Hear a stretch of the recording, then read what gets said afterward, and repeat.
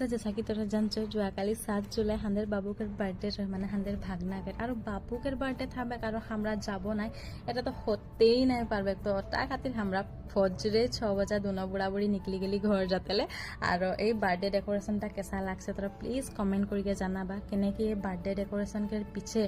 এই ছোট ছোট हाथ आहे তোরা বিশ্বাস করবা जितना बेलून सब बाबू फुला है और घर के ऊपर एकदम नहीं जाबा केनेकी हांदर घरटा बनते आहे और यही रूमटा में माने पुटिंग लागल है जो ओटा खातिर बर्थडे के केक टाता और जे गिला भी हांदर बाबू के इतना सुंदर से फेसबुक में होक बा व्हाट्सएप में होक मेसेज बा कमेंट करी के इतना सुंदर से बर्थडे विश करी है उधर के बहुत बहुत बेसी धन्यवाद जानाची मुई गोटा फैमिली के तरफ से होई के